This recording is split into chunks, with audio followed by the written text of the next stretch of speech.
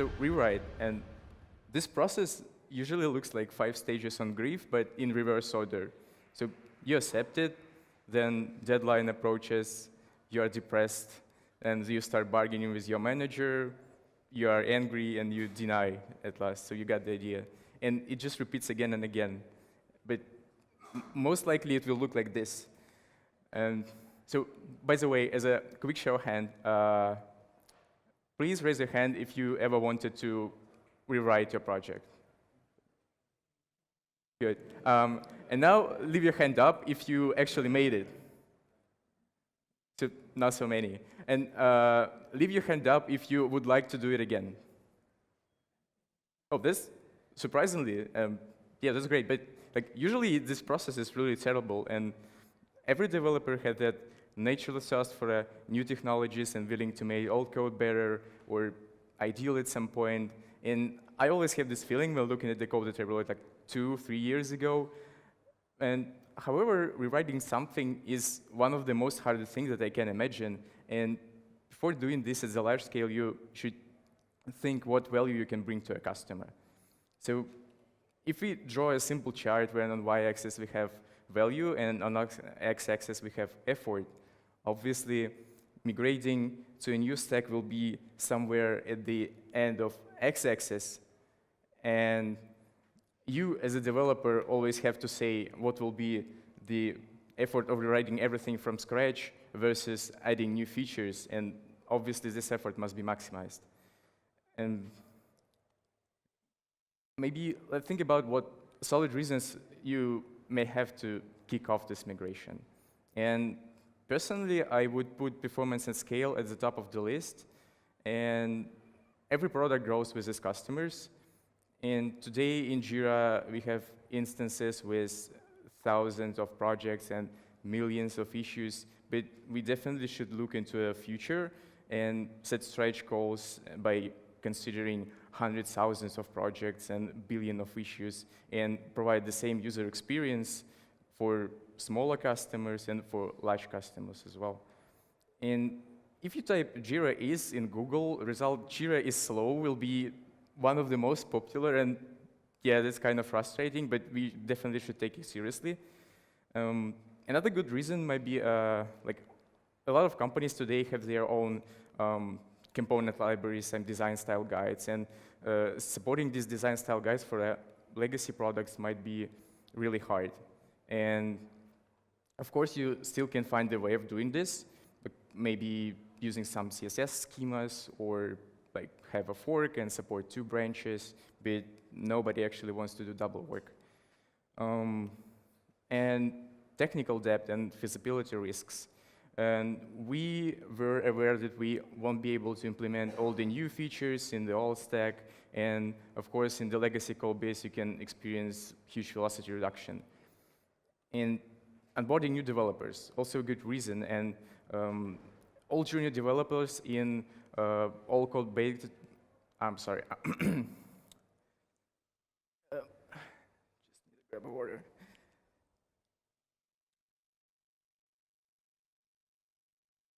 So all junior developers require mentoring in all code bases, but in well-factored code base, this cost of this mentoring is much, much lower. And these developers usually work with technologies like Angular, React, GraphQL, all these like fancy names. And just imagine that situation where we said like, come on guys, we have some smelling code base with jQuery and it will be so much fun. No, it will never be. And you probably may ask, I should talk about this, so just let's talk a bit of numbers. By the time I prepared this presentation, we had 90,000 lines of code, more than 1,000 components, and it's not including our internal and external dependencies, more than 100 reducers in a Redux store, and more than 200 RxJS epics for managing side effects. Oh, by the way, who is React developer here? Not so many, but yeah, hopefully you'll find something in this talk anyway. And these numbers actually makes us the biggest and the most complex application in the whole Jira family, and yeah, I wish I had my salary by the lines of code. So let's talk about strategy to migrate. So what steps you should perform to have less painful and more smooth migration. And first of all, so like never ever try to do the whole thing at once. Like literally never do that. So if you want to replace some old code with a new one, you have to think about some incremental adoption strategy. And first of all is estimates. So as a human, we always underestimate things. And if you do the planning, then just try to double or triple your estimates, and probably you'll get somewhere close enough. And the second thing, try to minimize and split the scope into a smallest minimum chunk. And the idea is if you ship all these pieces incrementally, you won't shock your customers, and migration will go smooth. And even if something goes wrong, you can always revert your changes back.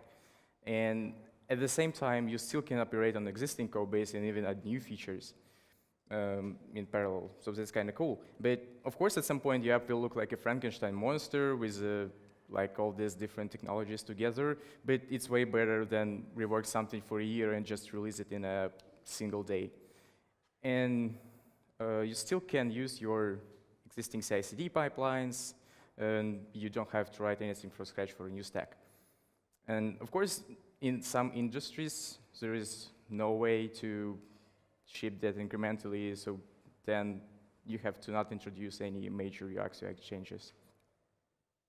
And yeah, it's pretty obvious. Don't start with the hardest piece. Pick something like small page, small beta functionality, get comfortable in a new stack, gain some experience, and probably when you're done with that, you will figure out that it doesn't really worth it.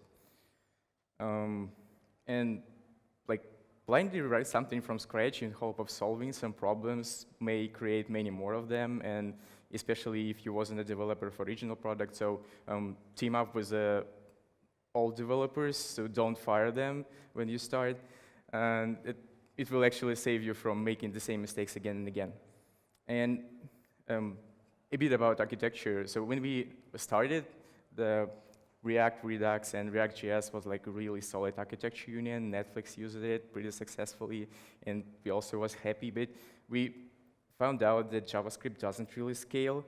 And things like Flow, TypeScript, ResonML, like a lot of stuff that appeared in the meantime, it actually proves it. And we were one of the earliest Flow adopters in the company, but it took really a while until we got it on 100% of our code base. And using Flow or TypeScript will increase your code base on approximately 30%, but the level of confidence that it gives to you, and it's really worth it. And it's not only about bugs reduction, but it's more, it's more about communication. So this is like the main reason of that. And no matter what you choose, like Flow or TypeScript, it's a matter of preference. It is something that you must have if you're building something huge. And utilizing Flow types was really good. It was a huge win.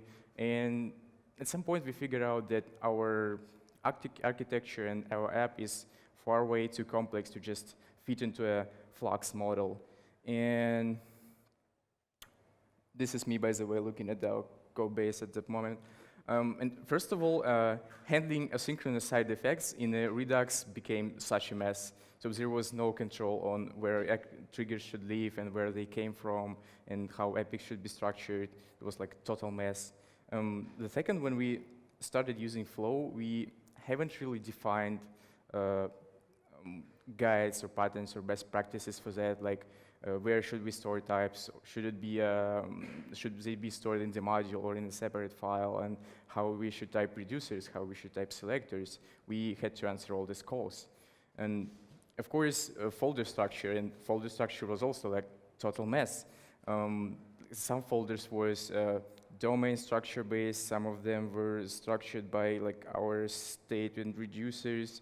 And yeah, we had to rethink that. And common folders and utilities. It, like, I don't know, like everybody hates common folders and no one exactly knows what's going on there. I think like all of us has this like huge utility file with like, I don't know, like sans logs of code that nobody knows what's going on there. And we actually found quite elegant solutions to solve that. So I think you know concept of cyclic dependency, like where module A requires module B requires module C, and module C requires module A. And we just scaled this idea into a sub-tree level on the folder. So just take a look at a smallest minimum example. So here we have folder on the left and folder on the right, and 4 modules inside. So module A requires module B requires module D, and module C requires module B. And on the first side, there is no cyclic dependency, but if we will just move to the level up and treat these folders like modules itself, there is a cyclic dependency between them. And if you just solve it by moving all the dependents into a common folder on the same level, you finally, like, as a result, you will get more maintainable and predictable dependency structure. And this also forces you to keep your tools close to the relevant business logic. And the next step was to make our actions flow more predictable, and we also find quite elegant solution by adding intermediate layers between our views and our state. And of course, it was much more than just 2 layers. It was some patterns, naming conventions, and etc. But this is briefly how it looked like.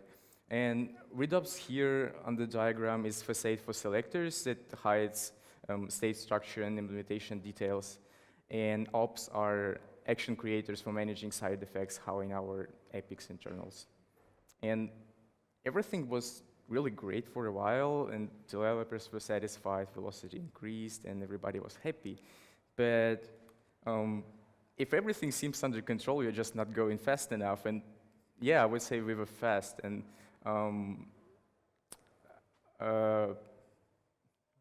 once we figured out that the main purpose of that migration and improving performance, the performance was really sucked. It was terrible. So on every Redux store update, the whole app got re-rendered. And while it was relatively fine for one-time updates, it was terrible for some real-time interactions like drag and drop or some mouse cursor handlings and etc. And we had to make some immediate action. And after small research, we had a set of like silly mistakes that we made almost like everywhere. So some selectors didn't have any memorization at all. And we didn't have handled edge cases properly. And things like this, they're breaking all the immutability checks further down. And event handlers. There was a lots of event handlers that we created everywhere, and it's not only applied to React components, but anywhere where you can create them, like map dispatch to props or something else. And we started thinking, how can we mitigate these risks in future?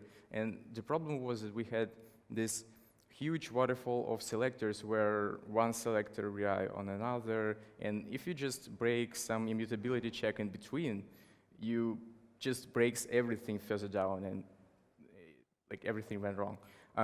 And I look into a MobX multiple stall model and try to adopt it for our bigger applications.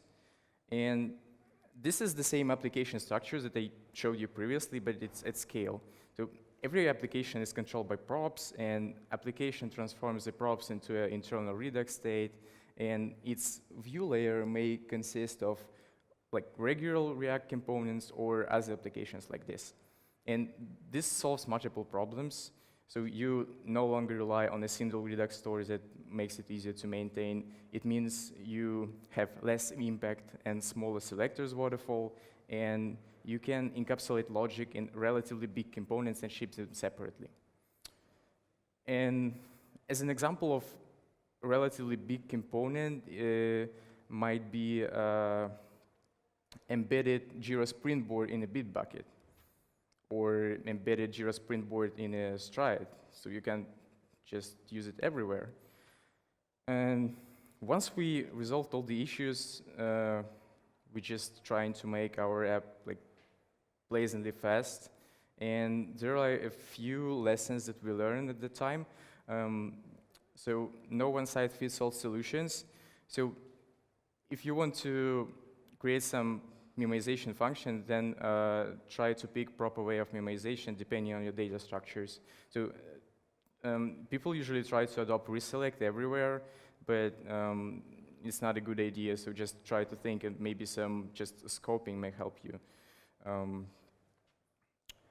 And here are some good patterns that we found out. So for example, reselect allows you to create custom selectors and use some different minimization functions.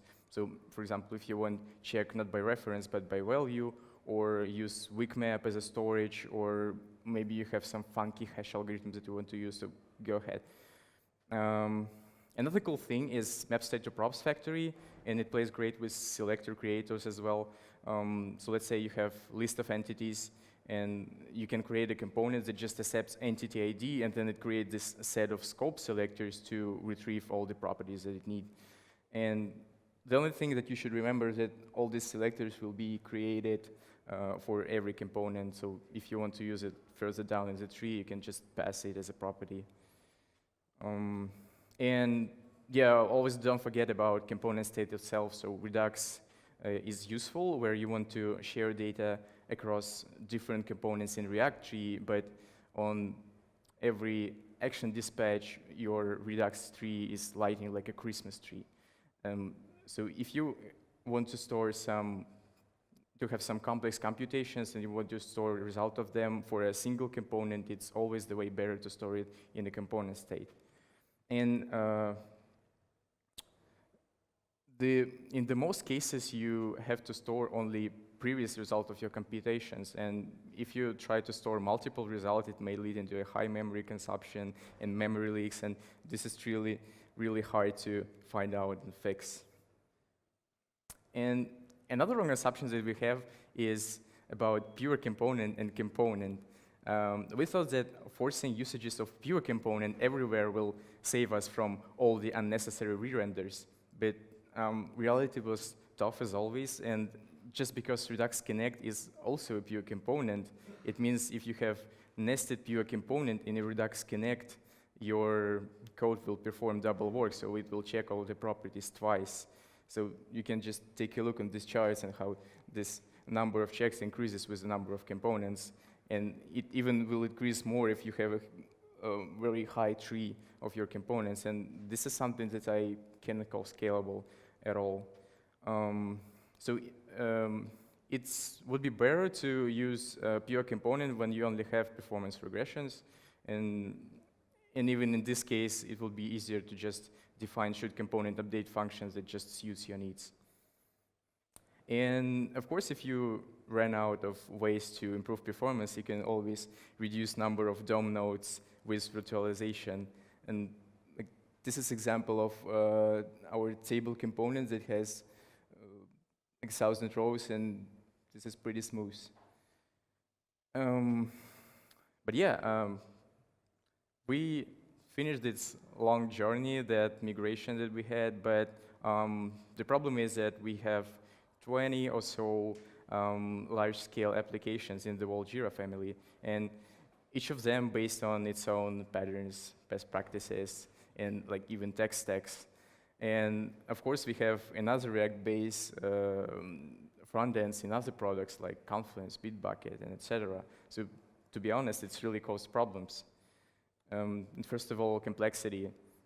Our code base was extremely hard to change, like updating dependencies, making improvements, and having developers rotations or onboarding new developers. And all these things get harder and harder as the application grows.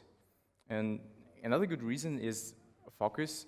As you don't share your findings between team, you are at risk of solving the same problem over and over again. And if you continue to reinvent the wheel for every team, you no longer solve your customer problems anymore. And instead, we should collaborate on a best user experience, best architectures together.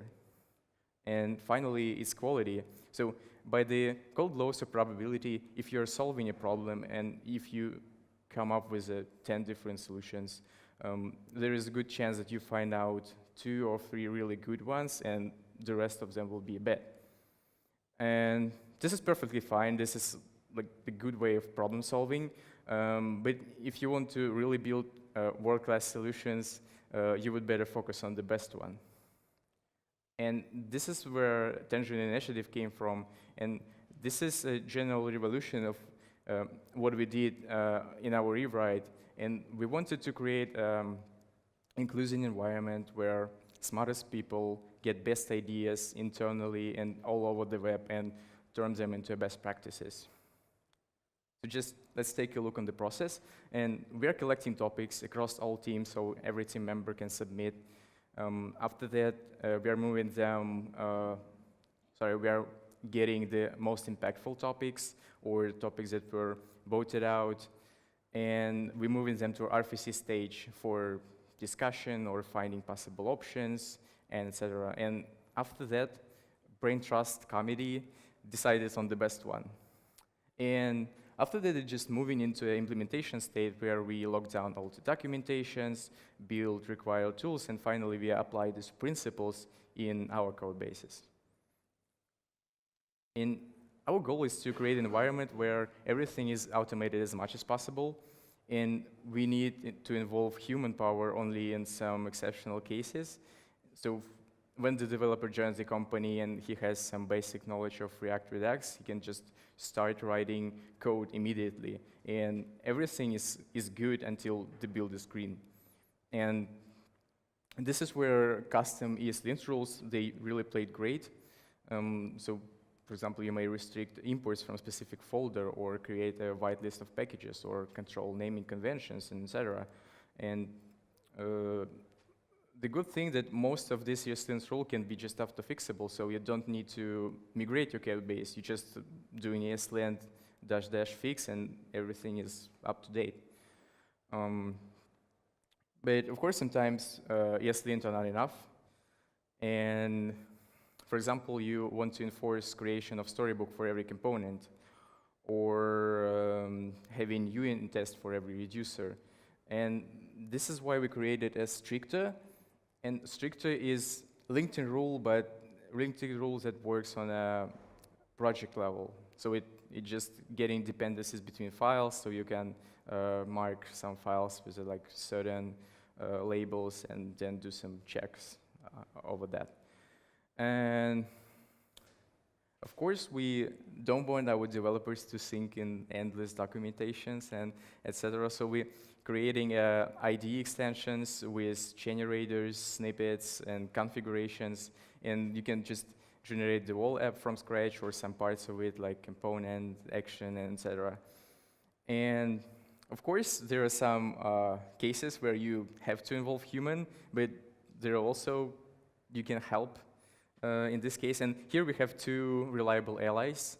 The first thing is knowledge share bot, and knowledge share bot attracts reviewers' attention to possible bug or problem, and it uses machine learning algorithms to detect bugs or disable rules that were voted out. And another thing is ownership bot, and ownership bot just protects certain parts of code and automatically assign responsible reviewers. And there was a funny story related to the creation of this bot. Somebody just disabled cyclic dependency rule for our applications, and we were unaware of that for weeks. And it took, like, I don't know, several days to actually fix all these conflicts. So this is why we created this tool. And it works pretty simple. So to protect a folder, you just need to put manifest file and put some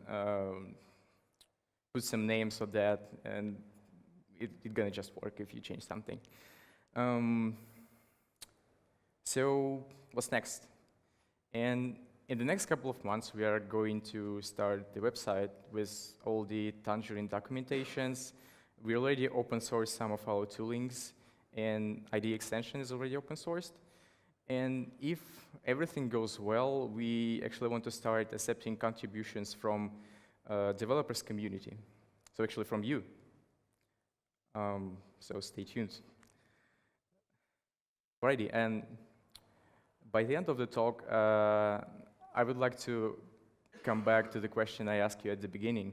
And initially, our goal was to improve performance, increase velocity, solve some of our UI, UX problems, but we got something more than that, something that actually changed the way we are building software for the whole company, and who knows, maybe we can bring something to a whole developers community.